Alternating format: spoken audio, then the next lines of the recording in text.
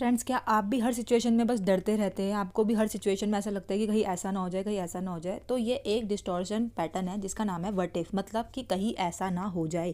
इसी में हमारा ब्रेन हमारे को सबसे ज़्यादा फंसाता है। ये इसकी क्या क्या खासियत है, मतलब इसमें क्या क्या होता है, इंसान को अनसर्टेनिटी, उसको पता ही नहीं, उसके ब्रेन को लगता है कि अगले एक पल में क्या हो जाए हमें नहीं पता। तो हर छोटी छोटी चीज़ों में अनसर्टेनिटी को ढूंढ के डरने लग जाता है, वर्स्ट केस सिनेरियो को ढूंढने लग जाता है। जैसे कि मैं आपको एग्जांपल देती हूँ, मेरी फ्रेंड है, उसकी मदर, तो मेरी फ्रेंड ने कॉल नहीं पिक किया, तो उसको कॉल मतलब लेट हो गई वो, तो उसकी मम्मी ने हर जगह कॉल मिला दिया। उसकी मम्मी को अनसर्टेनिटी हो गई कि जाने अब आगे लाइफ में क्या होगा। वर्स्ट के सिनेरियो आने लग गए कि मेरी लड़की ठीक होगी नहीं होगी, कहाँ होगी, कैसी होगी, किस हालत में होगी।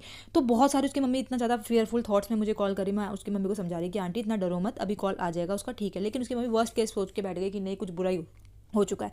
उसके बाद उसकी मम्मी अपनी फीलिंग्स को एज अ फैक्ट लेने लगी। जनरली ऐसे ही होता है, हम समझा रहे हैं कि आंटी आप समझो, हम लॉजिकल साइड बता रहे हैं कि अरे फ़ोन स्विच ऑफ हो गया होगा, या फ़ोन नहीं देखा होगा, साइलेंट पे हो गया होगा, सो गई होगी, कहीं बाहर होगी, ट्रैफिक में फंस गई होगी। बट नहीं, उसकी मम्मी ने बिल्कुल अपनी फीलिंग्स को इफेक्ट मान लिया कि नहीं, मैं जो सोच रही हूँ वही फैक्ट है। और उसकी मम्मी इतना डर गई कि मतलब बहुत ज़्यादा डर गई। इसके अलावा ओवर थिंक उसकी मम्मी को होने लगी ऑब्वियसली कि भैया कुछ बुरा ना हो गया, कुछ होना गया। और ऐसा एक सिचुएशन में नहीं, हर सिचुएशन में लोगों के साथ होता है। एग्जाम आया तो भैया वट इफ मेरे साथ ये हो गया, वो हो गया। तो वट इफ हमारे को सबसे ज़्यादा परेशान करता है। तो इसका सिर्फ एक सॉल्यूशन है, पॉज लेना, वेट करो, देखो सिचुएशन, हर सिचुएशन में देखो कि सिचुएशन कंट्रोल्ड है या अनकंट्रोल्ड है। अगर कंट्रोल्ड है तो अपनी तरफ से बेस्ट एक्शन ले लो। उसके बाद जब आप एक्शन ले लोगे ना, तो आपका ब्रेन अपने आप शांत हो जाएगा कि मैंने अपना बेस्ट कर लिया।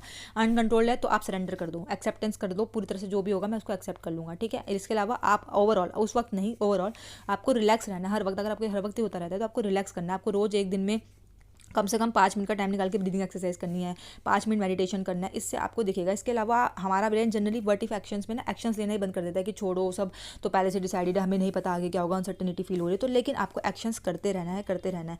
तो इस तरीके से आप अपनी व्हाट इफ थिंकिंग को बचा सकते हो। और